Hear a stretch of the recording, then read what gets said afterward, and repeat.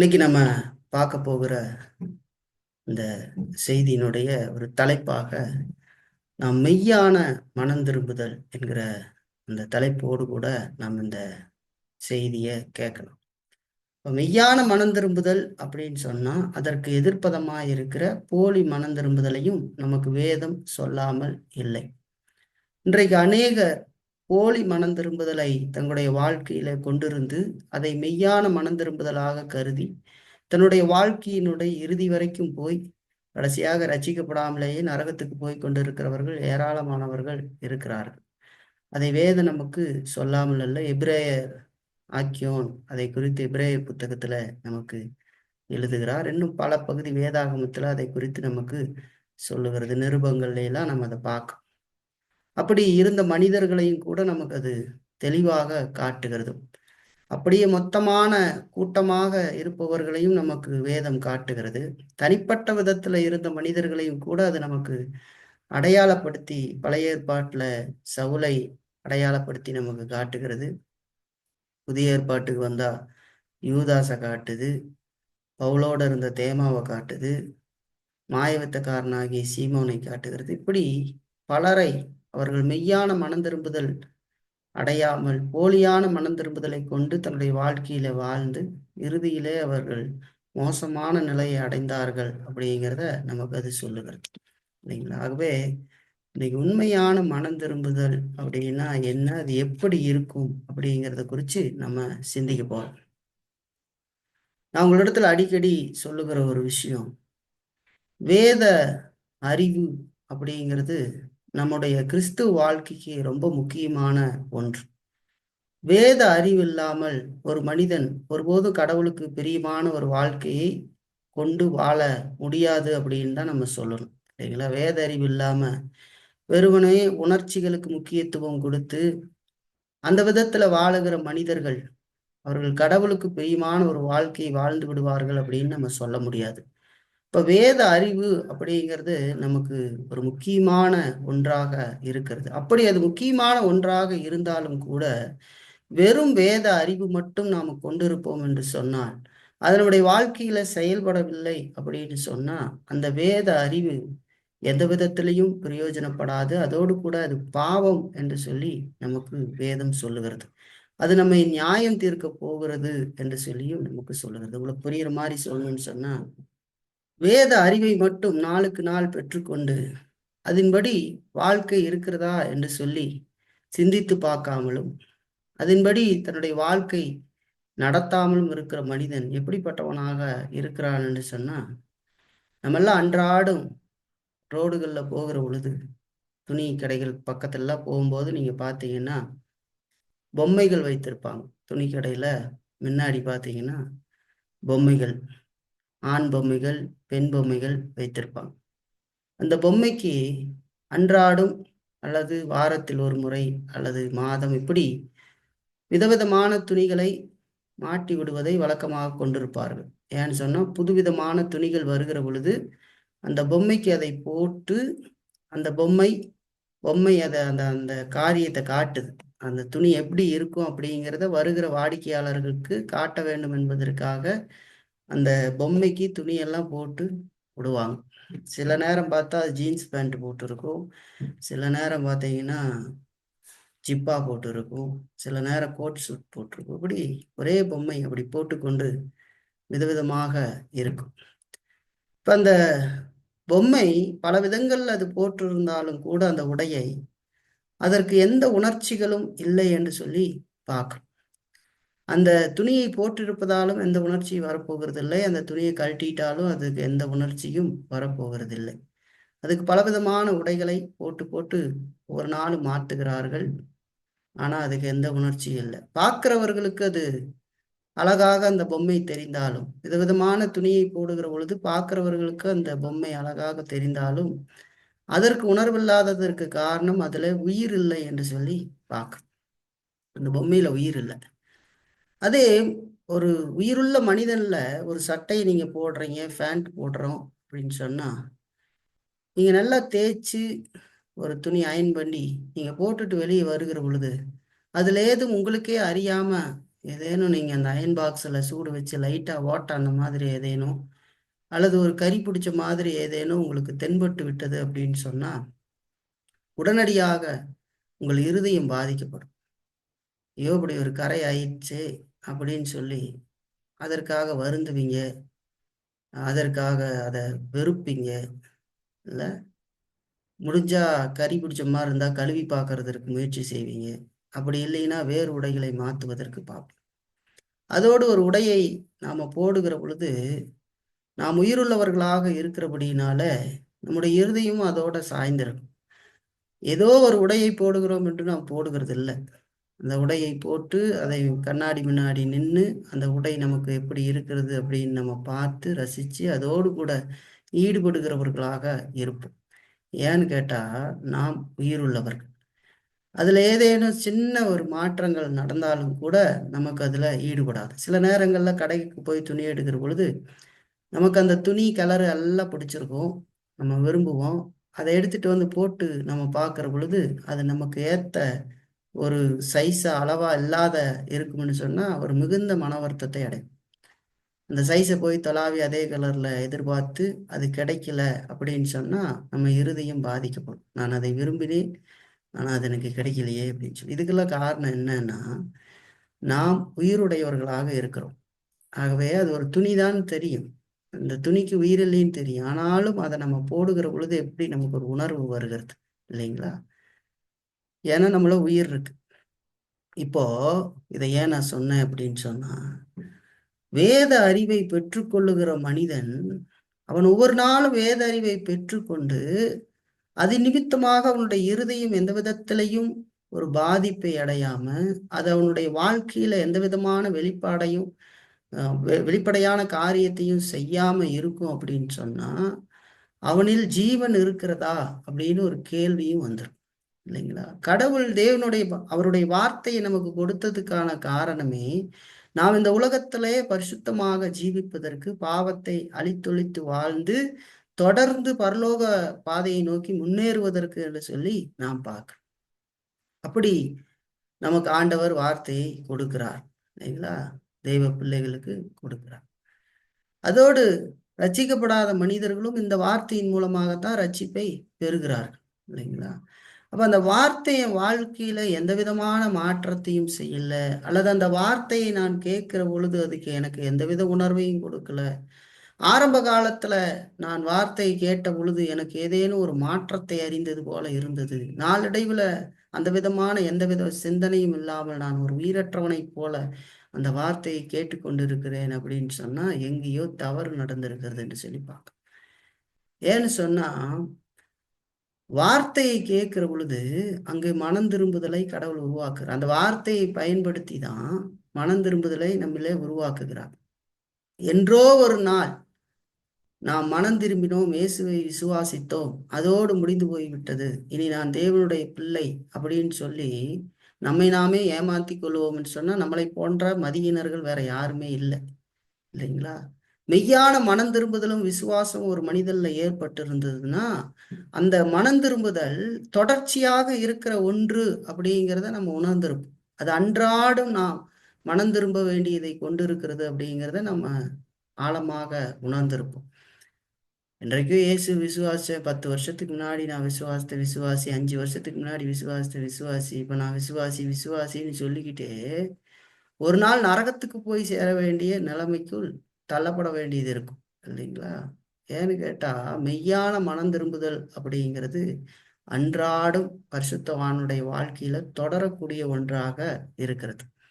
ஒரு நாளைக்கு எவ்வளவு தடவை நம்ம மனம் திரும்பணும், அதுக்கு ஏதேனும் அளவு இருக்குதா அப்படின்னு கேட்டா இல்ல.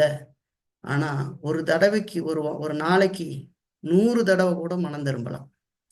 அந்த அளவுக்கு நம்மள பாவம் இருக்கிறது இல்லைங்களா? அந்த பாவம் நம்மளை எந்த அளவுக்கும் கோரமான நிலைக்கு கொண்டு போகும் இல்லைங்களா? அப்ப மனம் திரும்ப வேண்டியது எந்த அளவுக்கு அவசியம்னு பாருங்க. அப்ப வெறுமனே வார்த்தையை பெற்றுக்கொண்டு இருந்து மெய்யான மனம் திரும்புதலே நம்முடைய வாழ்க்கையில கொள்ளாமல் நம்ம தொடர்ந்து போய்கிட்டு இருப்போம் அப்படின்னு சொன்னா அது ரொம்ப மோசம். அந்த பொம்மை மாதிரி தான் இருக்கும், அதுக்கு ஜீவன் இல்லை. பரிசுத்த ஆவியானவருடைய வித்து அவள் இருந்திருந்தது அப்படின்னு சொன்னா அவன் மறுபிறப்பை அடைந்திருப்பான் என்று சொன்னா அவள்ல ஆத்மீக விடுதலை ஜீவன் உண்டாயிருக்கும் என்று சொன்னால், அவளை பரிசுத்த ஆவியானவர் தங்கி இருக்கிறார் என்று சொன்னால், அந்த மனம் திரும்புதல் தொடர்ச்சியான மனம் திரும்புதலாக இருக்கும் என்று சொல்லி சரிங்களா? இது ஒரு அறிமுகமா உங்ககிட்ட பேசிக்கிட்டு வரேன். ஏன்னா மெய்யான மனம் திரும்புதலை குறித்த சரியான அறிவு தேவை சரிங்களா? போலி மனம் திரும்புதலை இன்னைக்கு உற்சாகப்படுத்துகிறவர்கள், அதாவது போலி மனம் திரும்புதல், அதாவது போலி மனம் திரும்புதல் இருக்கிறது என்று சொல்லி பார்க்கிறோம். இந்த மெய்யான மனம் திரும்புதல் போலி மனம் திரும்புதல் அப்படிங்கிறத பத்தி எல்லாம் தெரியாததுனால மனம் திரும்புதல் ஒண்ணுங்கிறதே அது ரொம்ப மோசமான நிலையில தான் விளக்கப்படுத்தப்பட்டு கொண்டு வருகிறது இல்லைங்களா?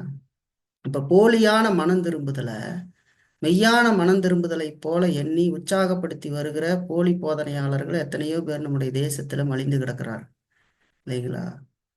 ஒருவன் ஏதேனும் காரியத்திலிருந்து அதை விட்டு விட்டேன்னு சொன்னா இப்ப மனம் திரும்பி விட்டான் அப்படின்னு சொல்றதும், அவனை விசுவாசின்னு ஆக்கிடுறதும், அதுக்கு பின்னாடி அவன் ஏதேனும் பாரதூரமான பாவம் செய்து மாட்டிக்கொண்டா உடனே மாட்டிக்கொண்ட உடனேயே அவன் கண்ணீர் விட்டு அழுதா உடனே அவன் இப்ப மனம் திரும்பிட்டான், மெய்யான மனம் திரும்புதல் அடைஞ்சிட்டான்னு நினைக்கிறதும், இதெல்லாம் ஒரு மோசமான நிலை. வேதம் அப்படி சொல்லலை. ஒருவன் தப்பு செய்து மாட்டிக்கொண்டா ரட்சிக்கப்பட்டவன் என்ன, ரட்சிக்கப்படாதவனும் அழுகுவான். தப்பு பண்ணி மாட்டிக்கிட்டா அழுகத்தான் செய்யும். அதெல்லாம் மெய்யான மனம் திரும்புதலுக்கான அடையாளம் இல்லை. அவன் பர்டிகுலரா அந்த இதுல மாட்டிக்கிட்டமே வேற வழி இல்லையே அப்படின்னு வேதனை அடைகிறதும் அப்படி கண்ணீர் விடுகிறதுமாகத்தான் இருக்குமே தவிர, அந்த பாவம் எப்படிப்பட்டது, அது யாருக்கு விரோதமாக செய்யப்பட்டது, அப்படிப்பட்ட பாவத்தை நான் என் வாழ்க்கையில செய்திருக்கிறேன்னு ஆழமான வேதனையை அவன் கொள்ள மாட்டான்.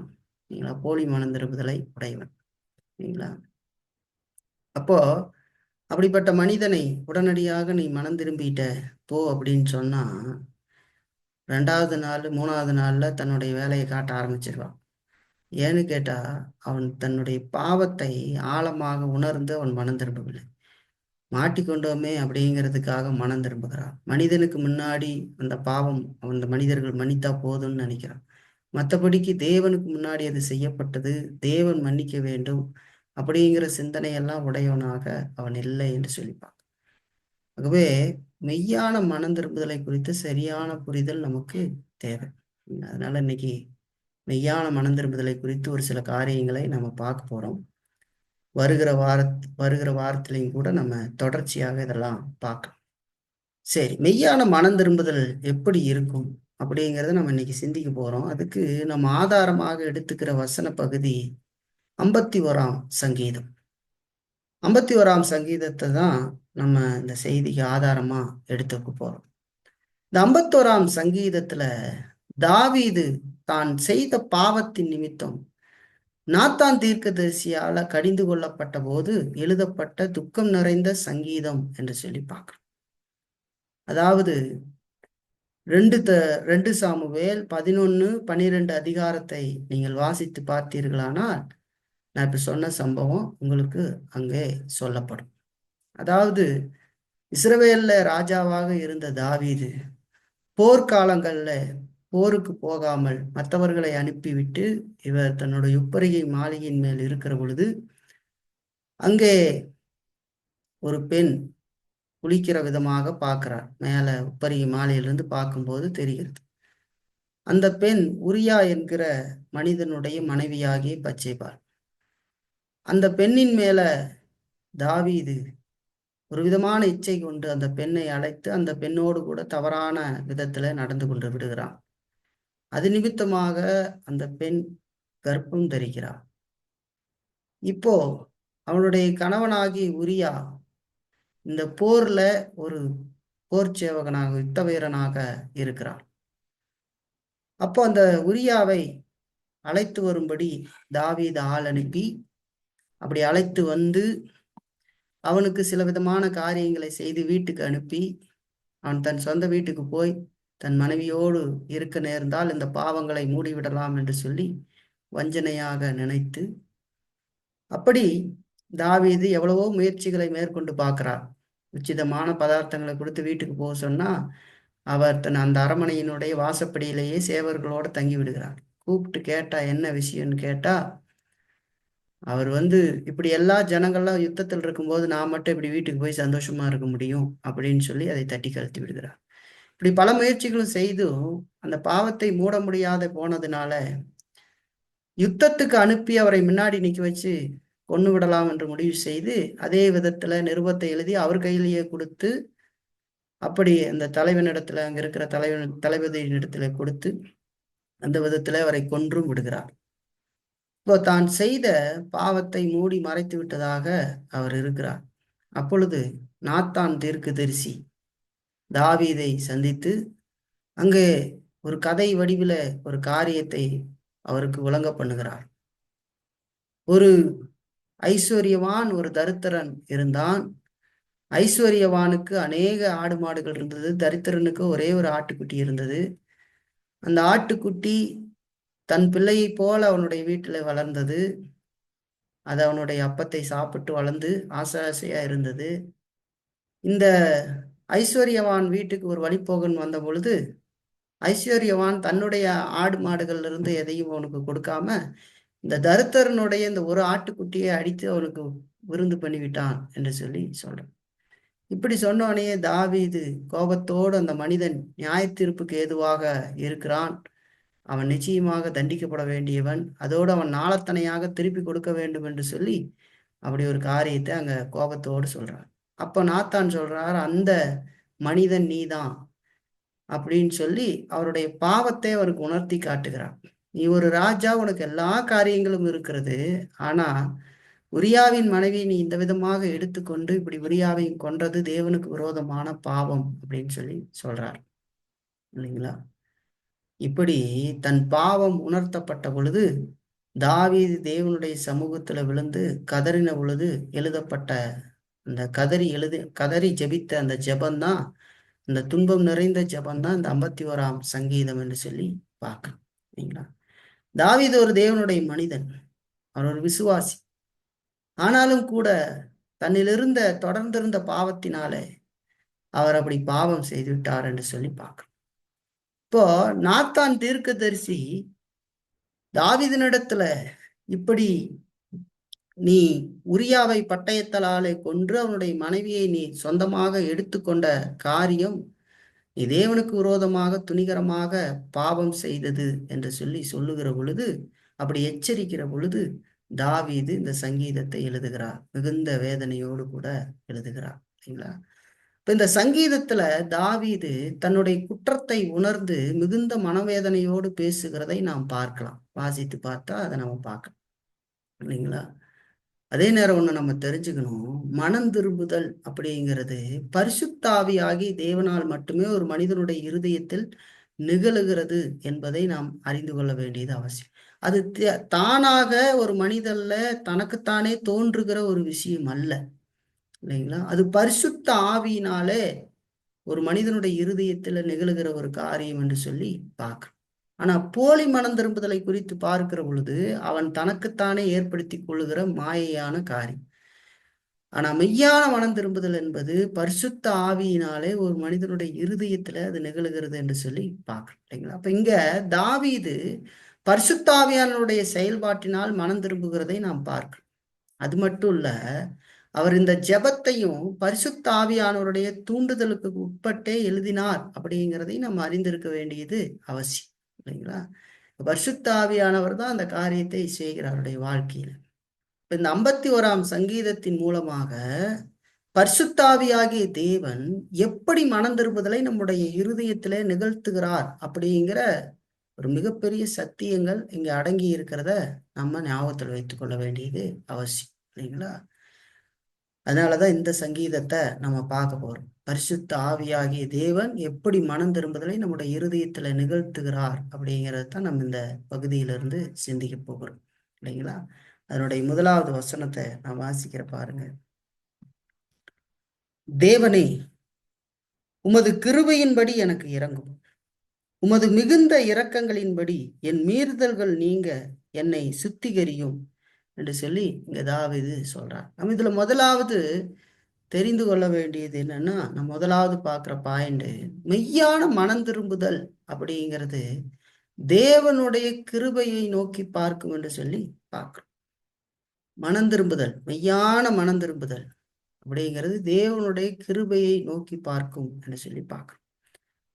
அதாவது மனம் திரும்புதலுக்கு அடிப்படையான காரியத்தை நாம் இந்த வசனத்துல பார்க்கிறோம். ஒரு மனிதன் தன்னுடைய பாவத்தை உணர்ந்து மனம் திரும்புகிற பொழுது அவன் தேவனுடைய கிருபைக்கு தன்னை முற்றிலுமாக ஒப்பு கொடுக்கிறான் என்று சொல்லி பார்க்கிறோம். உண்மையான மனம் திரும்புதலினுடைய முதல் கனி என்ன அப்படின்னு சொல்லி கேட்டா, தேவனுடைய கிருபை தனக்கு எவ்வளவு தேவை என்பதை உணர்கிறது என்று சொல்லி பார்க்கிறோம். இல்லைங்களா? மனம் திரும்புற அப்படின்னு சொன்னா அது தானா நிகழுகிறது இல்லை. எனக்கு நானே என் பாவத்தை போக்கிக் கொள்ள முடியாது, அதிலிருந்து என்னால மனம் திரும்ப முடியாது. தேவனுடைய கிருபை மட்டும்தான் என்னை அப்படி நடத்த முடியும் ஆண்டவரே அப்படின்னு சொல்லி நம்ம ஆண்டவருடைய கிருபையை நோக்கி கதறுகிறதாக இருக்க வேண்டும். அதைத்தான் இங்க தாவீது செய்கிறார். தேவனே உமது கிருபையின்படி எனக்கு இறங்கும் என்று சொல்லி சொல்றதை பார்க்கணும். இல்லைங்களா? இப்ப பாருங்க, தாவீதுங்க தேவனுடைய நீதியை கேட்கல, உடைய நீதியின்படி எனக்கு இறங்கும்னு கேட்குது. ஏன்னு சொன்னா, தேவன் தன்னுடைய நீதியோடு அவனிடத்துல செயல்பட்டால் தாவீது முற்றிலுமாக அழிக்கப்படுவான் அப்படிங்கிறது அவருக்கு நல்லா தெரியும். இல்லைங்களா? ஏன்னா தேவன் நீதிவாரராய் இருக்கிறார், பாவத்திற்கான தண்டனையை தான் கொடுப்பார். இல்லைங்களா? அதனாலதான் தாவீது இங்க தெளிவா சொல்றாரு, தேவனே உமது கிருபையின்படி எனக்கு இறங்கும் என்று சொல்லி சொல்றார். இப்ப மனம் திரும்புதல் என்பது முதல்ல நம்ம தெரிஞ்சுக்கணும், அது தேவனுடைய கிருபையை நோக்கி பார்க்கும் என்று சொல்லி பார்க்கணும். தேவன் எவ்வளவு இரக்கமுடையவர், நாம் மகா பெரிய பாவி, தேவனுடைய கிருபை இல்லைன்னா என்னால இதுல இருந்து வெளிவர முடியாது அப்படிங்கிறத ஆழமாக உணர்ந்து அவருடைய கிருபைக்கு காத்திரும். இல்லைங்களா? அவருடைய கிருபையில தங்கிரும். இல்லைங்களா?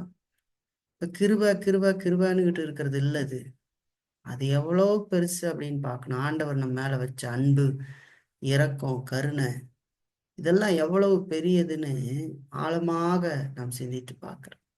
இது பரிசுத்த ஆவியினுடைய ஏவுதனால் தான் நடக்கும். பரிசுத்த ஆவி யாரை நடத்துவார்? ரட்சிக்கப்பட்டவனை தான் நடத்துவார். இல்லை அப்படின்னு சொன்னா அந்த மனுஷன் அப்படியெல்லாம் செய்ய மாட்டான். அந்த மனிதன் போலியான ஒரு மனதில் பாவம் செய்துட்டானா அதை பாவம்னு கூட பார்க்க மாட்டான். பாவம் என்பது பொதுவாக எப்படிப்பட்டதாக தெரியும்? பெருசா ஏதாவது செஞ்சாதான் அது பாவமா தெரியும். ஏதேனும் யாரையா காசை திருடிக்கிட்டா பெரிய லெவல்ல, அல்லது இன்னைக்கு நம்ம பார்க்குற மாதிரி ஆண்கள் குடிக்கிறது இல்லை, இந்த மாதிரியான ஏதேனும் செய்தாதான் அது பெரிய பாவம். மற்றபடிக்கு நம்ம பொய் பேசி நம்முடைய காரியங்களை செய்து கொள்ளலாம், இல்லை என்னுடைய கடமை பொறுப்புகளை நாம் செய்யாமல் இருக்கலாம், அதெல்லாம் பாவம் இல்லை அப்படின்னு நினைக்கிறது. இல்லைங்களா? கடமை பொறுப்புன்னு நான் சொல்லும் போது நம்முடைய குடும்ப காரியம், சபை காரியம், சமுதாயத்தில் இருக்க வேண்டிய காரியம், இது எல்லாத்தையும் குறித்து எந்த விதமான அக்கறையும் இல்லாமல் வாழ்ந்து அதை குறித்தெல்லாம் எந்த வேதனையும் அடையாமல் அது ஒரு பாவம் என்பதையே முதல்ல நாம் நினைக்காம, இல்லைங்களா, மனம் போல நம்முடைய படுக்கைக்கு போய், இல்லைங்களா, நாம் தூங்குகிற பொழுது நாம் கேள்வி கேட்டு பார்க்க வேண்டும், நான் எப்படிப்பட்டவன் இல்லை. அப்புறம் நான் ஞாயிற்றுக்கிழமையில பாடல்களை பாடினா உடனே கடவுள் இறங்கி அப்படியே ஆசிர்வதித்து அப்படியெல்லாம் பண்ணுவார்னு நினைக்கிறது மாதிரி முட்டாள்தனம் வேற எதுவுமே இல்லை. இல்லைங்களா? அப்போ இப்படியெல்லாம் செய்ய மாட்டாங்க. மெய்யான மனம் திரும்புதலை கொள்ளாதவர்கள் தேவனுடைய கிருபையை நோக்கி பார்க்க மாட்டாங்க. எப்படியாவது ஆப்போசிட்ல இருக்கிற மனுஷனை சாட்டிஸ்பேக்ஷன் பண்றதுக்கு பார்ப்பாங்க. அவங்களுக்கு என்ன சொன்னா பிடிக்காத என்னதை ஏதாவது ஒன்று பண்ணிட்டு தாசா பண்ணலாமான்னு பார்ப்பாங்க. அதை மெய்யான மனம் திரும்புதல் செய்யாது. நாம் யாருக்கு விரோதமாக தவறு செய்தோமோ அவர்களிடத்துல மன்னிப்பு கேட்க வேண்டியது அவசியமாக இருந்த போதிலும் முதலாவது அதற்கு தேவனுடைய கிருபை தேவைப்படுகிறது அப்படிங்கிற உணர்வு அவங்களுக்கு இருக்கும். இல்லைங்களா? அது வெறுமனே சக மனிதனோடு செய்துவிட்ட ஒரு காரியம் மட்டுமல்ல, அது தேவனுக்கு விரோதமான காரியம் அப்படிங்கிறத உணர்ந்திருக்கும். மனம் திரும்புதல் ஆழமாக ஆழமாக அது அதிகமான வலியை ஏற்படுத்தி அது தேவனுக்கு நேராக நம்மை நடத்தும். தாவீது இந்த பகுதியில பாரதூரமான பாவம் செய்திருக்கிறார். ஆகவே இந்த அளவுக்கு அவர் போக வேண்டி இருந்தது. ஆனாலும் இதுல இருக்கிற பல விஷயங்களை நாம் மனம் திரும்புதல்ல பார்க்கிறோம். இல்லைங்களா? அதை நல்ல ஞாபகத்தில் வச்சுக்கணும். இப்ப பாருங்க, தாவீது இங்க தேவனுடைய நீதியை கேட்கல. ஏன்னு சொன்னா, தேவன் தன்னுடைய நீதியை கொண்டு அவரிடத்துல செயல்பட்டா அவர் முற்றிலும் அழிக்கப்படுவார் அப்படிங்கிறது அவருக்கு நல்லா தெரியும். அதனாலதான் இங்க தாவீது முதலாவது தேவனுடைய கிருபைக்காக கெஞ்சி மன்றாடுகிறதை பார்க்கிறோம். உடைய வாழ்க்கையில வேத சத்தியங்களை கேட்கிற பொழுது, பிரசங்கங்களை கேட்கிற பொழுது, உங்கள் வாழ்க்கையில நீங்க செய்கிற காரியங்கள் உங்களுக்கு உணர்த்தப்பட்டதா? அப்படிப்பட்ட வழியை ஏற்படுத்துகிறதா உங்களுடைய வாழ்க்கையில?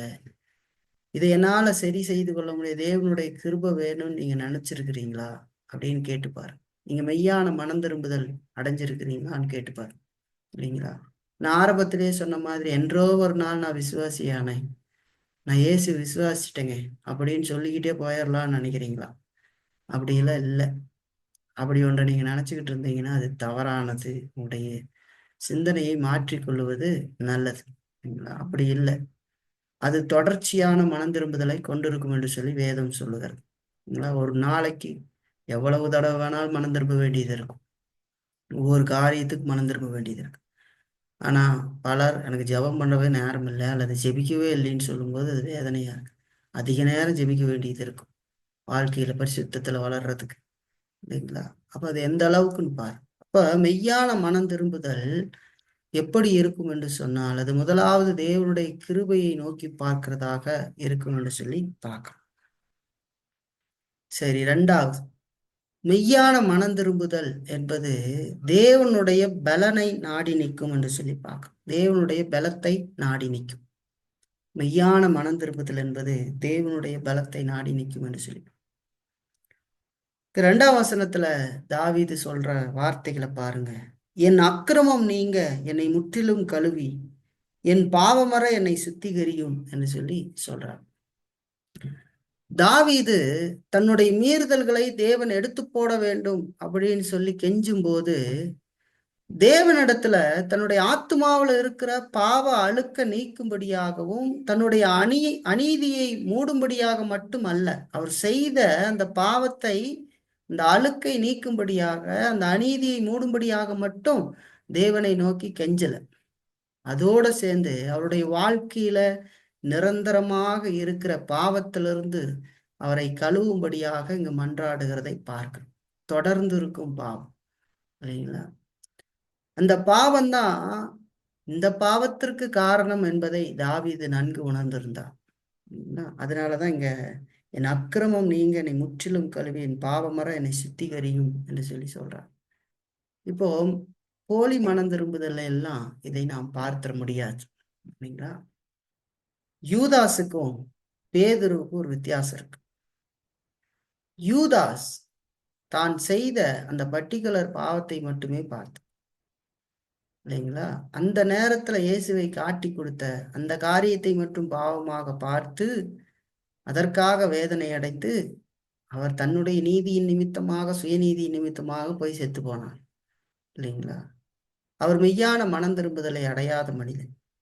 ஆகவேதான் அந்த விதமான அந்த பர்டிகுலர் காரியத்தை மட்டும் பார்த்து அதுக்காக வேதனை அடைந்து போய் செத்து போகிறார்.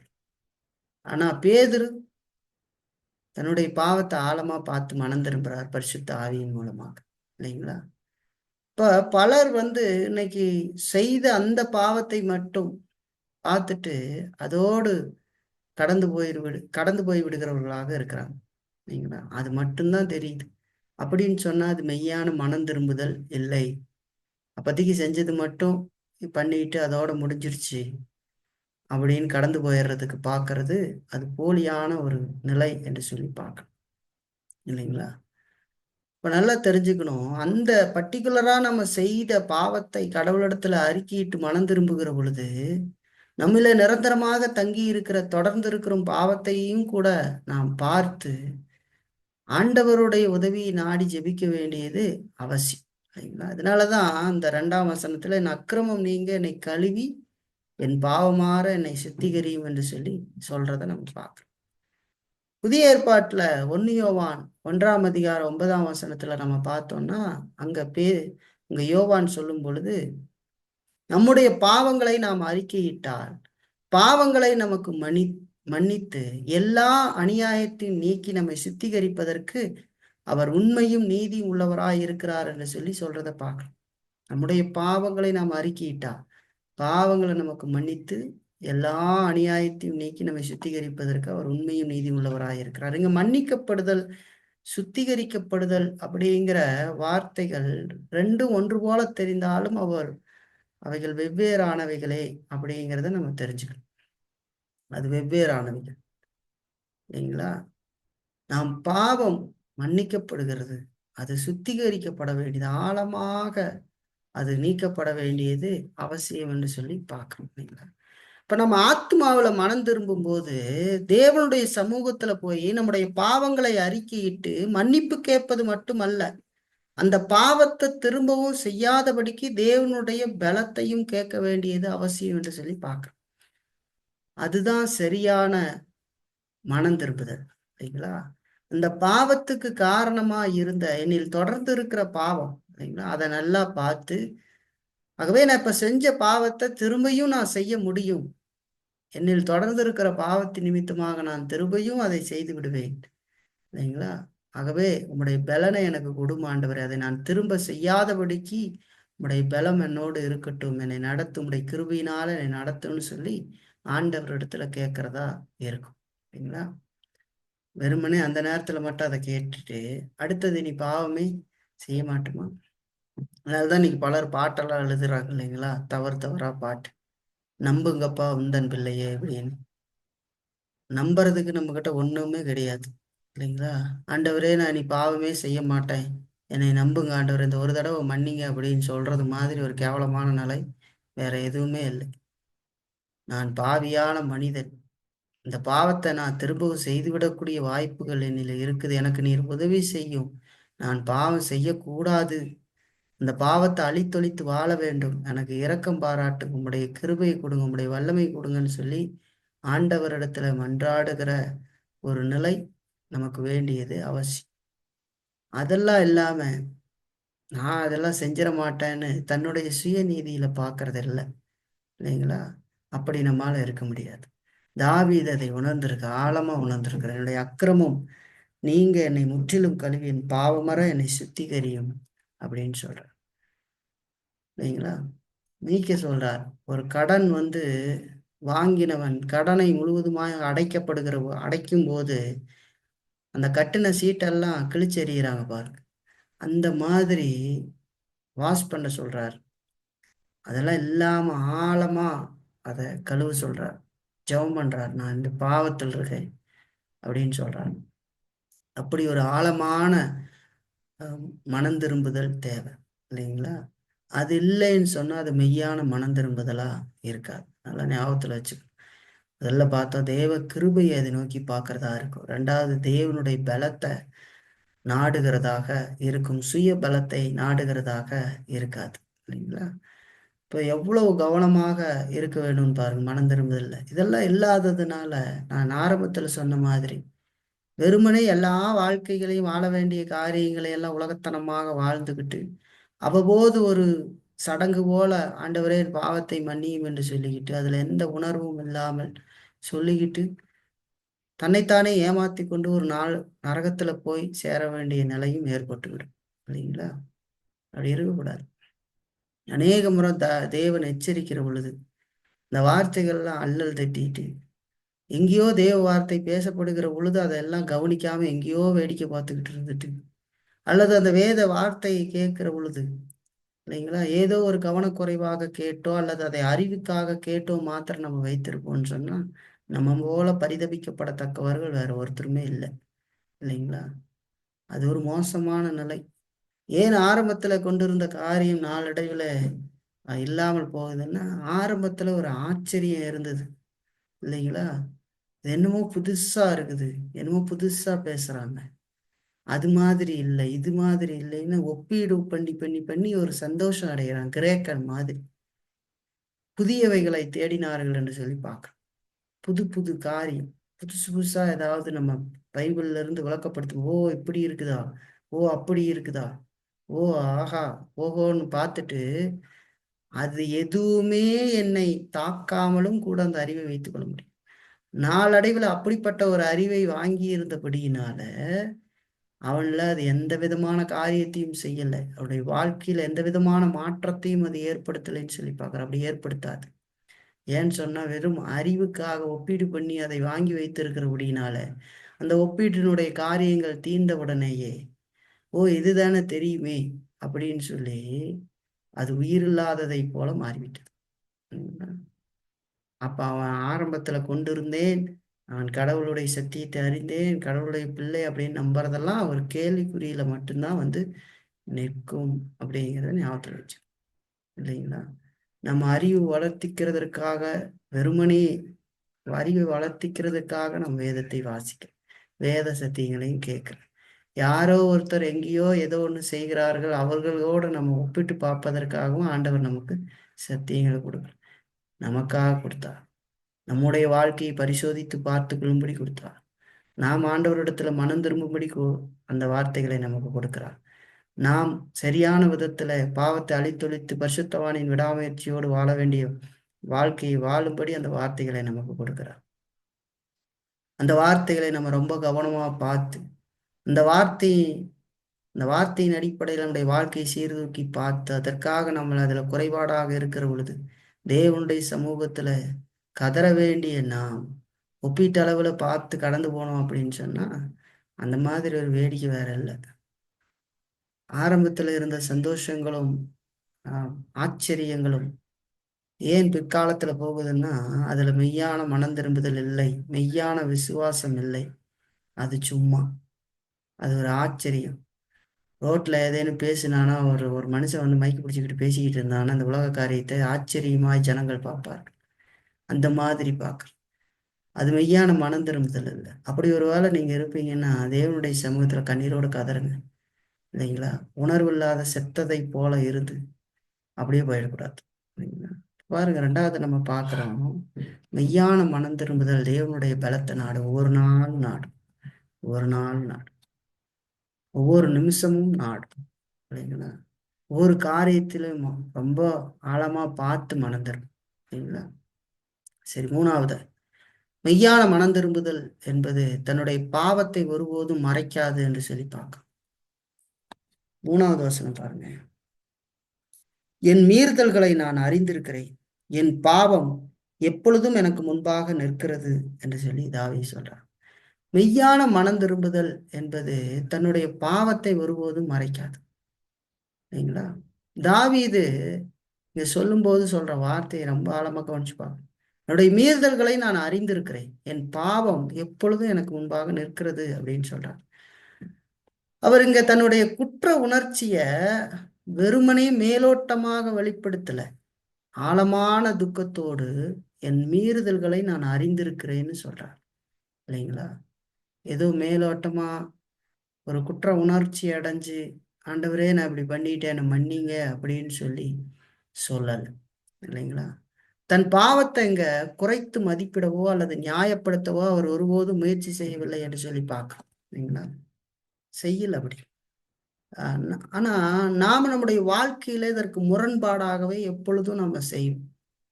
அதிக ஞானம் உள்ளவர்கள் மாதிரி நம்முடைய பாவ செயல்களுக்கு வெகு சீக்கிரத்துல சாக்கு போக்கு சொல்லி பல காரணங்களை அடுக்குகிறவர்களாக நாம் இருப்போம். நம்ம தவறு செஞ்சோம் இல்லைங்களா? அதுக்கு காரணமே பாவம் தான். பாவத்தை பாவமா ஒத்துக்க மாட்டான். சொன்னா இல்லை அப்படி இல்லை இப்படி, இது நான் இப்படி சொல்ல வந்தேன் அப்படி சொல்ல வந்தேன், அவங்க காரணம் இல்லை இல்லை நான் சரியாதான் இருந்தேன் அப்படின்றதத்தான் சொல்லுவேனே தவிர பாவத்தை பாவமாக பார்க்க மாட்டான் இல்லைங்களா? ஒன்னும் பாவத்தை குறைத்து மதிப்பிடுவான் அல்லது பாவத்தை நியாயப்படுத்த பார்ப்பான் இல்லைங்களா? தாவீது அதை செய்யவில்லை என்று சொல்லி பார்க்க இல்லைங்களா? குறைச்சு மதிப்பிடுறது இதுதானே, இதெல்லாம் ஒண்ணா, இதுக்கெல்லாமா, இதெல்லாமே இப்படி பேசுறதா இல்ல? குறைத்து மதிப்பிடுகிறதுனாலதான், பாவத்தை குறைத்து மதிப்பிடுகிறதுனாலதான் அப்படியே ஒரு நடைபுணம் மாதிரியான வாழ்க்கையை கிறிஸ்து வாழ்க்கை என்று வாழ்ந்து கொண்டிருக்கு. 6 நாள்களை கடந்து 7வது நாள், வாரத்தின் முதல் நாள் வேறு வழி இல்லாமல் ஆலயத்திற்கு வர வேண்டி இருக்கிறதே அப்படின்னு சொல்லி வந்து அந்த 2 மணி நேரத்தை கடத்தி விட்டு மறுபடியும் கடந்து போய் விட்டு மறுபடியும் 2 மணி நேரத்தை கடத்தி விட்டு மறுபடியும் போய்விட்டு இப்படி. ஆனா வாழ்க்கையில அந்த சத்தியங்கள் எந்த விதத்திலையும் பயன்படாமல் ஒருவன் வாழ்ந்துகிட்டு இருந்தானா, அவன் பாவத்தை குறித்து எந்த விதமான உணர்வை கொண்டிருக்கிறான்?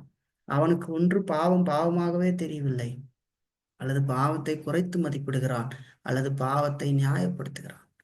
தன் மனைவிக்கு விரோதமாக செய்ததோ, மனைவி கணவனுக்கு விரோதமாக செய்ததோ, அதை பெருசாவே கருதுறதே இல்லை.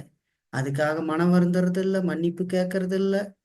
இல்ல, தேவனுடைய சமூகத்துல நேரடியாய் போய் உக்காந்து தேவனே என் தேவனேன்னு சொல்லி சந்தோஷமா பாட்டு பாடுற மாதிரி பாடிக்கிட்டு இருக்கிறதும், ஜெபிக்கிறதுக்கு போகிற பொழுது ஒரு அருவருப்பு வராம என் தேவனுக்கு கண்ணே இல்லைங்கிற மாதிரி தான் நினைத்து கொண்டுதான் போறோம். இல்லைங்களா? ஒவ்வொரு காரியம், வேலை ஸ்தலத்திலயா இருக்கட்டும், எதுவா இருக்கட்டும், அங்கெல்லாம் வாழ வேண்டிய எல்லா அருகருப்பான காரியத்தையும் செய்துட்டு, வாழ வேண்டிய விதத்துல வாழாம இருந்துட்டு, தேவனுக்கு முன்னாடி வந்து நின்னுகிட்டு உம்மை போற்றுகிறேன் புகழுகிறேன்னு சொன்னா, அந்த மனிதனுக்கு கடவுளை பொறுத்த அளவுக்கு அவர் ஒரு காதும் கேட்காத, கண்ணும் தெரியாத, ஒரு வாய் பேச தெரியாத, ஒரு விளங்காத ஒரு கல்லு மாதிரி நினைக்கிறான்.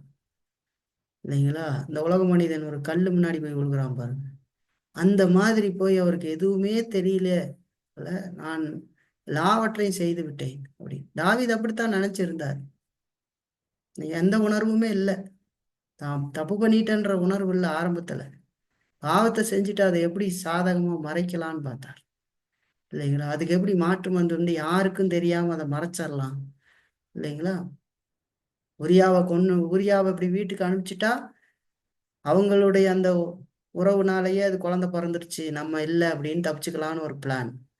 ரெண்டாவது அது நடக்கலைன்னு சொன்னோடனே யுத்தத்துக்கு அனுப்பி ஒரே முடிவா கொன்னே விட்டார். கொன்னுட்டு அந்த மனைவியை எடுத்துக்கொண்டார். இல்லைங்களா? அப்போ கடவுளுக்கு கண்ணே இல்லாதது போலையும், கடவுள் தன்னை ஒருபோதும் பார்க்கவில்லை என்கிற விதத்துல இருதயத்துல மரித்து போனது போல அப்படி ஒரு உணர்வோடு கூட அதை செய்ய பார்த்தார். ஆனா கடவுள் அவர் மேல் இரக்கம் கொண்டு அவர் தேவ பிள்ளையாக இருந்ததுனால வார்த்தை அனுப்புகிறார். இந்த வார்த்தை பெற்றுக்கொண்ட மனிதன் ஆழமாக மனம் திரும்புகிறது தான் நம்ம இந்த பகுதியில பார்த்துக்கிட்டு வரோம். இல்லைங்களா? பாவத்தை குறைத்து மதிப்பிடவோ அல்ல நியாயப்படுத்தவோ தாவீது இங்க முயற்சி செய்யவில்லைன்னு சொல்லி பார்க்கிறதா சொல்றாரு. என் மீறுதல்களை நான் அறிந்திருக்கிறேன், என் பாவம் எப்பொழுதும் எனக்கு முன்னாடி நிற்கிறது அப்படின்னு சொல்றான். நம்முடைய வாழ்க்கையில அப்படி பார்க்கிறோமா? எப்படி விதமான சாக்கு போக்கு சொல்றோம்? மாயமான கண்ணீரை இல்லைன்னா செலுத்தலாம், ஆழமா எதையும் பார்க்கறது இல்ல, அதை திருப்ப செய்யக்கூடாது என்று நினைக்கிறது இல்ல, ஆண்டவரிடத்துல அதற்கான பலத்தை கேட்கறது இல்ல, எதுவுமே இல்லை. கிறிஸ்து வாழ்க்கை அப்படின்னா சபைக்கு வர்றதும், சும்மா இருக்கிறதும், 2 வார்த்தைகளை பேசிக்கிட்டு இருக்கிறதும், வாய் இருக்குதுன்னு பேசுற மாதிரி 2 ஆண்டோடைய பேச்சை பேசிக்கிட்டு இருந்தா நம்ம கிறிஸ்துவம் அப்படின்னு அர்த்தம்னு நினைச்சுக்கிறாங்க. இல்லைங்களா? நடைமுறையில் செயல்படாத கிறிஸ்துவம் நயாபிசாவுக்கு உதவாது. அதனால அந்த பிரயோஜனம் இல்லை. ஒரு நாள் வரும், அன்றைக்கு தான் நிர்வாணி அப்படிங்கிறத தெரிஞ்சுக்கிற மாதிரி நிலையில இருக்கும். இல்லைங்களா? அது இந்த வார்த்தையெல்லாம் கேட்கும்போது நம்ம எவ்வளவு மனம் திரும்பணுன்றதை நினைச்சுப்பாங்க. பாருங்க, இந்த பகுதியில தேவ ஆவியின் வல்லமையினால தாவீது தேவனுக்கு முன்பாக உண்மையாக தன்னுடைய பாவத்தை ஒத்துக்கொள்ளுகிறத பார்க்கணும். தேவ ஆவியினுடைய வல்லம் அங்க செயல்படுகிறது. இல்லைங்களா? ஆண்டவர் ஒரு பெயின் அங்க உருவாக்குறார், பெரிய வலியை உருவாக்குகிறார். நீ செய்தது தேவனுக்கு விரோதமான பாவம்ன்றதை காட்டி கொடுக்கிறார். இல்லைங்களா? அதை ஒத்துக்கிறார். இல்லைங்களா? அது காரணம் தேவ ஆவியினுடைய வல்லமை. இல்லைங்களா? இப்ப அவர் தன்னுடைய பாவம் எப்பொழுதும் தன்னோடு இருக்கிறது அப்படிங்கிறத ஒத்துக்கொள்ளுகிறத பாக்குறேன். ஏன்னு சொன்னா, அவர்னால அதுல இருந்து வெளியே வர முடியாதபடியினால அவர் ஆழ்ந்த துக்கம் அடைகிறார். அதுல இருந்து வெளியே கொண்டு வருகிறது யார்? தேவன். அதுல இருந்து தானா அதுல இருந்து வெளியே வர முடியாதே அப்படிங்கிறத உணர்றார். பரிசுத்த ஆவியானவர் அதைத்தான் ஒரு மனுஷர்ல செய்யறார். இல்லைங்களா? தேவ கிருபையும் தேவ பலத்தையும் நோக்கி பார்க்கும்படி செய்கிறார். இந்த பாவத்திலிருந்து நீ வர முடியாது, இந்த பாவத்தை நீ மறைத்தும் தப்ப முடியாது. இல்லைங்களா? வேதம் சொல்லுது இல்லையா? 139ஆம் சங்கீதம், என்னுடைய உட்காருதலையும் என் எழுந்திருத்தலையும் என் நினைவுகளை என் வாயிலிருந்து வார்த்தை புறப்படுகிறதுக்கு முன்னாடி அவைகள் எல்லாம் தூரத்திலிருந்து அறிந்திருக்கிற தேவன் அவர். நம்ம ஏதோ செவுடு ஊமை இல்லை, அந்த மாதிரி இல்லை. கண்ணிருந்தும் காணாது, காதிருந்தும் கேளாது, மூக்கிருந்தும் முகராத ஒரு கல்லையோ மண்ணையோ வணங்கல. அதுகிட்ட போய் என்ன வேணாலும் ஆட்டம் பண்ணிக்கிட்டு வந்தாலும் அது ஒன்றும் கேட்க போறதில்லை. எல்லா அயோக்கியத்தனங்களையும் செய்து விட்டும் கூட அதுக்கு ஏதேனும் ஒரு சமரசத்தை செய்தா அது ஒன்றும் கண்டுக்காம இருந்துடுற மாதிரி இருந்துக்கலாம். ஆனா நாம ஆராதிக்கிற தேவனை குறித்து வேதம் சொல்ல, அவர் ஜீவனுள்ள தேவன் என்று சொல்லுகிறது. அவர் சர்வ ஏகாதிபத்தியம் உடைய தேவன் என்று சொல்லுகிறது. அவர் இறையாண்மை உள்ளவர், எங்கும் நிறைந்திருக்கிறவர், எல்லாவற்றையும் அறிந்திருக்கிறவர். மனுஷனோ முகத்தை பார்ப்பான், அவரோ இருதயத்தை பார்க்கிறார் என்று சொல்லுகிறது. மனுஷனுக்கு நம்ம மூஞ்சிதான் தெரியும், நாடகம் ஆடிடலாம், எல்லாத்தையும் மறைச்சிடலாம். ஆனா கடவுளுக்கு முன்னாடி எதையுமே மறைக்க முடியாது. கடவுள் எல்லாவற்றையும் பார்க்கிறான். செய்ய வேண்டியது ஒண்ணுதான், ஆண்டவருடைய கிருபை நாடி, ஆண்டவருடைய பலத்தை நோக்கி பலத்தை நாடி, ஆண்டவருடைய கிருபையை நோக்கி பார்த்து ஆண்டவருடைய பலத்தை நாடி அவருடைய பாவத்தை வெளிப்படையாக ஒத்துக்கொள்ளுகிறது தான். இல்லைங்களா? அப்படி இல்லைன்னா அங்க மெய்யான மனம் திரும்புதல் வராது. அதெல்லாம் யார் செய்யறது? பரிசுத்த ஆவியானவர் ஒரு மனிதர்ல செய்யறது. இந்த பரிசுத்த மனம் திரும்புதல் அப்படிங்கிறது ஆத்மீக கிருபைன்றதை தெரிஞ்சு அது நமக்கு நாமே ஏற்படுத்தி கொள்ளுகிற காரியம் இல்லை. இல்லைங்களா? நல்லா நம்ம தெரிஞ்சிருக்கணும். பாவத்தை ஒத்துக்கொள்றது, காம்ப்ரமைஸ் பண்ணக்கூடாது. பாவத்துக்கோட அப்படியே ஈடுபட்டுக்கிட்டு மூடி மடிக்கிறது சுலபமா காரணம் சொல்லும். ஏதாவது ஒண்ணு நீங்க தப்பு பண்ணிட்டீங்கன்னு சொன்னா அது இல்லை. அது எதை காட்டுது? பாவம் தான் காட்டுது. பாவம் எப்படி ஒத்துக்கும்? ஒத்துக்காது. அதுக்கு மாற்று வழியில தான் பெரிய நீதிமானா காட்டுறதுக்கு என்னென்னலாம் சொல்லணுமோ அத்தனையும் சொல்ல வைக்கும். இல்லை இல்லை அப்படி இல்லை. இல்லை அதான் பாருங்க, ஒரு மனைவியை மன்னிக்க முடியாதவன், இல்லை கணவனுக்கு கீழ்ப்படியாத பெண், இதெல்லாம் எப்படி காட்டுது? அதை நியாயப்படுத்தி அவங்க தான் அப்படி பண்ணிட்டாங்க, இவங்க தான் இப்படி பண்ணிட்டாங்க, அதனாலதான் நான் அப்படி நடந்துக்கிட்டேன். இதெல்லாம் ஒரு வார்த்தையா? இல்லை, இது பாவம். இதுக்கு பேர் பாவம். இதை திருத்துறதுக்கு அவனுக்கு விருப்பமும் இல்லை, பரிசுத்தமான வாழ்க்கை வாழணுன்ற எண்ணமும் இல்லை, மனம் திரும்புதல் அப்படிங்கிறது அடியோடு இல்லை. அதுதான் அதெல்லாம் காட்டு. இல்லைங்களா? பாருங்க, மெய்யான மனம் திரும்புதல் என்பது தன் பாவத்தை ஒருபோதும் மறைக்காது என்று சொல்லி பார்க்கலாம். சரி, நாலாவது ஒரு பாயிண்ட் பார்த்து முடிப்போம். மெய்யான மனம் திரும்புதல் என்பது தான் தான் தேவனுக்கு விரோதமாக பாவம் செய்திருக்கிறேன் என்பதை உணர்ந்திருக்கும். மெய்யான மனம் திரும்புதல் என்பது தான் தேவனுக்கு விரோதமாக பாவம் செய்திருக்கிறேன் என்பதை உணர்ந்திருக்கும். 4ஆம் வசனத்துல தாவீது சொல்ற வார்த்தை பாருங்க. தேவரீர் ஒருவருக்கே விரோதமாக நான் பாவம் செய்து உமது கண்களுக்கு முன்பாக பொல்லாங்கானதை நடப்பித்தேன். நீர் பேசும்போது உம்முடைய நீதி விளங்கவும், நீர் நியாயம் தீர்க்கும் போது உம்முடைய பரிசுத்தம் விளங்கவும் இதை அறிக்கையிடுகிறேன் என்று சொல்றார். இப்ப மெய்யான மனம் திரும்புதல் என்பது தான் தேவனுக்கு விரோதமாக பாவம் செய்திருக்கிறேன் என்பதை உணர்ந்திருக்கும். தாவீதுடைய வார்த்தை கவனிச்சு பாருங்க. உட்பகுதியில் அந்த வசனத்துல சொல்றது, தேவரீர் ஒருவருக்கே விரோதமாக நான் பாவம் செய்து உமது கண்களுக்கு முன்பாக பொல்லாங்கானவைகளை பொல்லாங்கானதை நடப்பித்தேன் என்று சொல்றார். ஒரு வகையில தாவீது இங்க பாவத்தை மிகைப்படுத்துவது மாதிரி நமக்கு தெரியலாம், இல்லைங்களா? எப்படி மிகைப்படுத்துகிறது மாதிரி தெரிகிறது? ஏன்னு சொன்னா, தாவீது இந்த மிக கொடூரமான பாவத்தை உரியாவுக்கு விரோதமாக, அவனுடைய குடும்பத்துக்கு விரோதமாக, நண்பருக்கு விரோதமாக, அவனுடைய மனைவி பச்சேபாலுக்கு விரோதமாக, முழு தேவனுடைய ஜனத்துக்கு விரோதமாகத்தான் செய்தார், இல்லைங்களா? அந்த பாவத்தை செய்கிற பொழுது அதனால் பாதிக்கப்படுகிறது இவங்கெல்லாம் தான் பாதிக்கப்படுறாங்க, இல்லைங்களா? அவங்க குடும்பம் பாதிக்கும், நண்பர்கள் பாதிப்பாங்க, அவருடைய மனைவி, இப்படி எல்லாரும் பாதிக்கப்படுறாங்க, தேவனுடைய ஜனங்கள் பாதிக்கப்படுறாங்க. ஆனா தாவீது இவை எல்லாவற்றுக்கும் மேலாக இந்த பாவம் முதலாவது தேவனுக்கு விரோதமாக செய்யப்பட்டது அப்படிங்கிறத அறிந்திருந்தார். ஏன்னு சொன்னா, தேவன் ஒருத்தர் தான் இந்த முழு உலகத்திலும் பரிபூர்ண பரிசுத்தராக இருக்கிறார் என்று சொல்லி பார்க்கிறோம். தேவன் ஒருத்தர் தான் வானத்தில் உள்ளவைகளையும் பூமியில் உள்ளவைகளையும் நியாயந்தீர்க்கிறவராக இருக்கிறார் என்று சொல்லி பார்க்கிறோம். அப்படி நியாயந்தீர்க்கிறவராக அவர் இருக்கிறபடினால் எல்லா பாவங்களும் அவருடைய கட்டளைகளை மீறி அவருடைய பரிசுத்தத்துக்கு விரோதமாக செய்யப்படுகிறது என்று சொல்லி பார்க்கிறோம். அதை தாவீது அறிஞ்சிருந்தார். நம்ம யாருக்கு விரோதமாக செய்தாலும் அவர்தான் பரிசுத்தர். அவருடைய கட்டளைகளை மீறி அவருடைய பரிசுத்தத்துக்கு விரோதமாகத்தான் நம்ம பாவம் செய்யறோம். இப்ப தாவீது இதை நன்கு அறிந்திருந்தபடியினால இந்த விதமான பாவ அறிக்கையை அவர்னால செய்ய முடிஞ்சது. அதனாலதான் சொல்றார், ஒரு தேவரீர் ஒருவருக்கே விரோதமாக நான் பாவம் செய்து உமது கண்களுக்கு முன்பாக பொல்லாங்கானதை நடப்பித்தேன் அப்படின்னு சொல்றார். இல்லைங்களா? தாவீது தான் மனுஷருக்கு விரோதமா பாவம் செய்தேன் அப்படின்னு சொல்லி தன்னுடைய பாவத்தை மட்டுப்படுத்தல. மாறா இது முழுக்க முழுக்க பரிசுத்த தேவனுக்கு விரோதமாக செய்யப்பட்டது அப்படிங்கிறத நல்லா அறிஞ்சிருந்தார். சரிங்களா? நல்லா தெரிஞ்சுக்கணும். நம்ம ஒரு விஷயத்த செய்யறோம் அப்படின்னு சொன்னா ஏன் அப்படி செய்யறோம், அதுல போய் காரணம் சொல்றதுக்கு பாக்குறோம், குறைத்து மதிப்பிடுறோம்னா அந்த மனுஷனை மட்டும் பாக்குறோம். அது தேவனுக்கு விரோதமா இருக்கு, ஆண்டவருடைய வார்த்தைக்கு விரோதமா நம்ம செய்யறோம்னு பாக்குறது இல்ல. ஆகவே என்ன செய்யறது, அது ஏதேனும் பண்ணி அதுல இருந்து தப்பிக்கலான்னு பாக்குறாங்க. இல்லைங்களா? அது எவ்வளவு மோசம் பாரு. மெய்யான மனம் திரும்புதல் அது தன் பாவம் தேவனுக்கு விரோதமாக செய்யப்பட்டு இருக்கிறது அப்படிங்கிறத உணர்ந்திருக்கும். இல்லைங்களா? நல்லா தெரிஞ்சுக்கணும். அதனுடைய பிற்பகுதியில சொல்லும்போது 4ஆம் வசனத்துல, நீர் பேசும்போது உடைய நீதி விளங்கவும் நீர் நியாயம் தீர்க்கும் போது உடைய பரிசுத்த விளங்கவும் இதை அறிக்கையிடுகிறேன் என்று சொல்லி சொல்றார். நீர் பேசும்போது உடைய நீதி விளங்கவும் நீர் நியாயம் தீர்க்கும் போது உடைய பரிசுத்த விளங்கவும் இதை நான் அறிக்கையிடுகிறேன்னு சொல்றதை நம்ம பார்க்கணும். இந்த வார்த்தையை நம்ம ரொம்ப கவனமா கூர்ந்து கவனிச்சோம்னா ஒரு காரியத்தை ஆழமா தெரிஞ்சுக்கலாம். அநேகர் அதை பார்க்கறது இல்லை.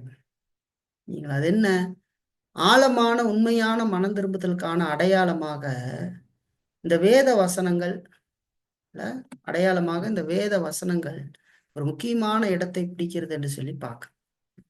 மெய்யான மனம் திரும்புதலுக்கான அடையாளமாக இருக்கிற வேத வசனங்கள்ல இது முக்கியமான இடத்தை பிடிக்கிறது. ஏன் தாவீதுங்க தேவனே என்னுடைய தேவனே என்னை நியாயம் தீர்ப்பதற்கு உமக்கு எல்லா அதிகாரமும் இருக்கிறது அப்படின்னு சொல்றார். அதோடு உம்முடைய கோபத்துக்கும் தண்டனைக்கும் தவிர வேற எதற்கும் நான் தகுதியானவன் அல்ல அப்படிங்கிறதையும் அங்க அறிக்கையிடுகிறார். அதுக்கு மட்டும்தான் நான் உமக்கு என்னை நியாயம் இருக்கிறதுக்கு எல்லா அதிகாரம் உண்டு, உம்முடைய கோபத்துக்கும் தண்டனைக்கும் தவிர வேற எதற்கும் நான் பாத்திரன் அல்ல அப்படிங்கிறத காட்டுறேன். இப்ப தாவீது இங்க தேவன் குற்றமற்றவர் அப்படின்னு சொல்லியும் தன்னை நியாயம் தீர்ப்பதற்கு அவருக்கு எல்லா அதிகாரம் உண்டு அப்படிங்கிறதையும் அறிக்கையிடுகிறார். இல்லைங்களா? அறிக்கையிடுறார். அதான் சொல்றார், நீர் பேசும்போது உடைய நீதி விளங்கும். ஆண்டவர்கிட்ட எந்த குற்றமும் இல்லை. நான் பாவத்தை செஞ்சா அதுக்காக ஒரு தண்டனை கொடுத்தே தீர்வார். இல்லைங்களா? இப்ப பாவத்துல தேவனோடு எந்தவித பேரம் பேசுவதற்கோ சமரசம் செய்வதற்கோ இடம் இல்லை என்று சொல்லி பார்க்கறோம். எந்த பேரமும் பேச முடியாது. இல்லைங்களா? தவறான உபதேசவாதிகள் பேரம் பேசுற மாதிரி பேச முடியாது. இப்ப பாருங்க, பாவத்துல தேவனோடு எந்தவித பேரம் பேசுவதற்கோ சமரசம் செய்வதற்கோ ஒரு இடமும் இல்லை. அவர்கிட்ட பேரெல்லாம் பேச முடியாது. நம்ம என்ன பண்ணி ஒன்றும் பண்ண முடியாது. நான் இந்த கூடாரத்துக்குள்ள உட்கார்ந்து இருந்தேன், நான் இவங்கள் மத்தியில இருந்தேன் அப்படியெல்லாம் போய் ஆண்டவர்கிட்ட சொல்ல முடியாது. ஆண்டவர் இன்னார் இன்னார் பரிசுத்தமா இருந்தாங்க, அவங்க கூட உட்காந்துருந்தா நீயும் பரிசுத்தமாகி விடுவாயின்னு ஆண்டவர் சொல்லவே இல்லை. இல்லைங்களா? அந்தந்த மனிதனுடைய ஆத்மாக அவனே உத்தரவாதி என்று சொல்லி உத்தரவாதம் பண்ணுகிறது. தகப்பனுக்காக மகனோ மகனுக்காக தகப்பனோ ஒரு காரியத்தை செய்திட முடியாது. இல்லைங்களா? அவனுடைய ரட்சிப்புக்கு என்ன செய்ய முடியும்? உனக்கு வார்த்தையைத்தான் சொல்ல முடியும். வேற எந்த நற்கிரிகளையும் ஒருத்தருக்காக ஒருத்தர் செய்து பரலோகத்துக்கு போய்விட முடியாதுன்னு சொல்லி பார்க்க. இப்ப பாவத்துல தேவனோடு எந்த விதம் பேரம் பேசுவதற்கோ சமரசம் செய்யறதுக்கோ ஒரு இடமும் இல்லை.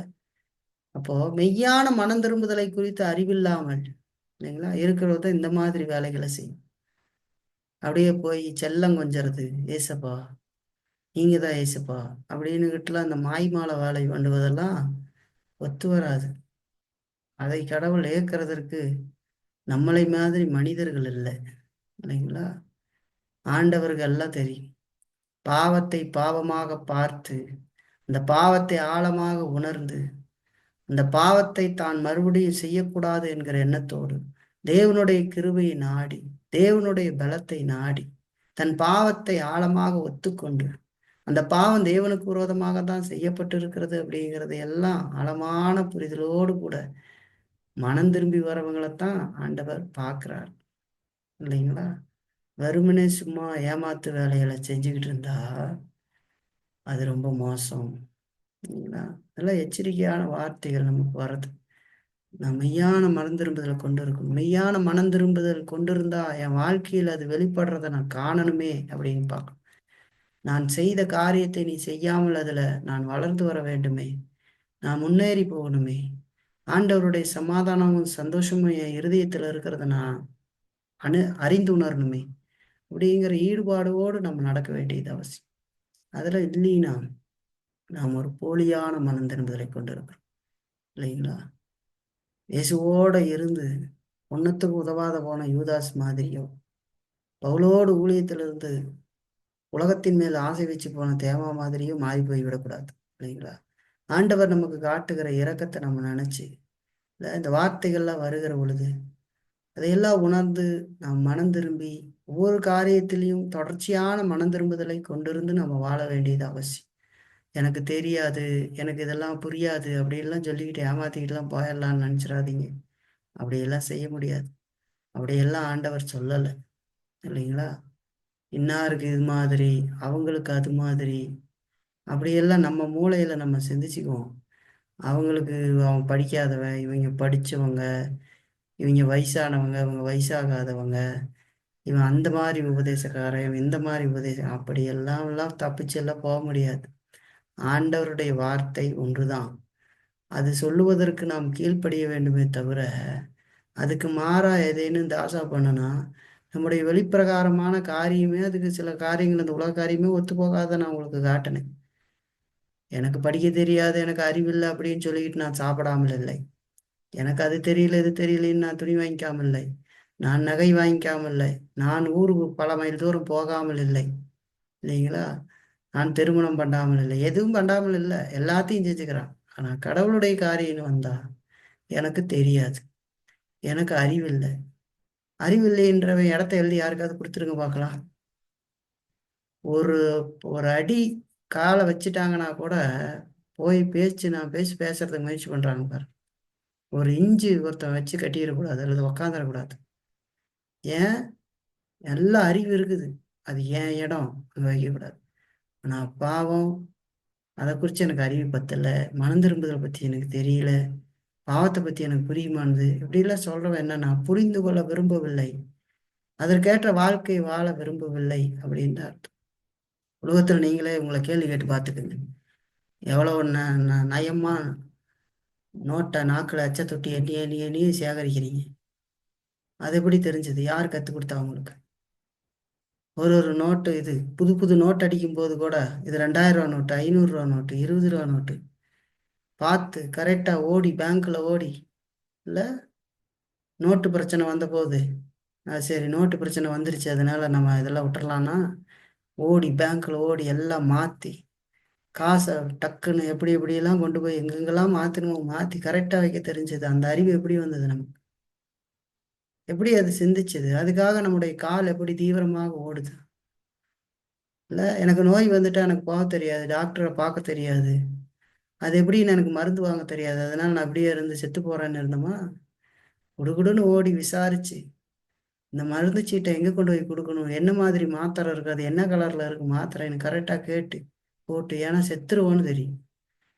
ஆனால் ஆவிக்குரிய வாழ்க்கையை பொறுத்த அளவுக்கு அந்த அதுக்கு சிந்திக்கிறது இல்லை. இல்லைங்களா? ஏன்னா அதை நம்ம கண்ணில் பார்க்க முடியாமல் இருக்கிறதுனால அதை ஒரு சடங்காச்சாரம் மாதிரி வாழ்ந்துக்கிட்டு இருக்கிறார்களே தவிர, அது இப்போ நம்ம இந்த உலகத்தில் பார்த்ததையெல்லாம் விட மோசமான ஒரு காரியத்தை விளைவிக்கும். கொரோனாவுக்கு தப்பினவங்க கூட அந்த கொடிய பாவத்துக்கு தப்ப முடியாதுன்றதை ஞாபகத்தில் வச்சுக்கணும். ஆண்டவருடைய நியாய தீர்ப்புக்கு தப்ப முடியாது. நம்முடைய வாழ்க்கையில மெய்யான மனம் திரும்புதல் இருக்குதா அப்படின்னு நம்ம பார்க்க வேண்டியது அவசியம். ஆண்டவர் நமக்கு கொடுக்குற வார்த்தைகள்லாம் நம்ம செஞ்சு பார்க்கணும். ஆண்டவர் இரக்கமுடையவராக இருக்கிறார். ஆண்டவர் நம்ம மேல தயவு காட்டுகிறார். இல்லைன்னு சொன்ன இந்த மாதிரி வார்த்தைகள்லாம் ஆண்டவர் நமக்கு கொடுக்கவே மாட்டார். இல்லைங்களா? எத்தனையோ பேர் இந்த மாதிரியான வார்த்தைகளை கேட்க முடியறதில்ல. இல்லைங்களா? மனம் போன போக்கில் வாழ்ந்து நரகத்தை நோக்கி போயிட்டு இருக்காங்க. நமக்கும் ஆண்டவர் இரக்கம் காட்டும்போது, அத நம்ம செய்யாம இருக்கிறது எவ்வளோ மோசம். செஞ்சு தானே பார்க்கணும். அது எவ்வளோ நன்மை. நமக்காக தானே ஆண்டவர் அந்த வார்த்தைய குடுக்குறார். அதெல்லாம் நம்ம நெனச்சு பார்ப்போம். வாழ்க்கையில தனிப்பட்ட விதத்துல நெனச்சு பாருங்க. குடும்ப காரியத்துல எப்படி இருக்கிறீங்கன்னு நெனச்சு பாருங்க. உங்களுடைய மனம் திரும்புதல் எப்படிப்பட்டது? அது உண்மையான மனம் திரும்புதலா இருந்தா ஆரம்ப மனம் திரும்புதல். அது தொடர்ந்து இருக்க வேண்டுமே அப்படிங்கிறத பாருங்க. ஒவ்வொரு காரியத்திலயும் பாவத்த பாவமா பார்க்க கத்துக்கொள்ளுங்க. தேவனுடைய கிருபையை நோக்கி பாருங்க. அந்த கிருபையினூடாகத்தான் அதிலிருந்து நம்ம வர முடியும். இல்லைங்களா?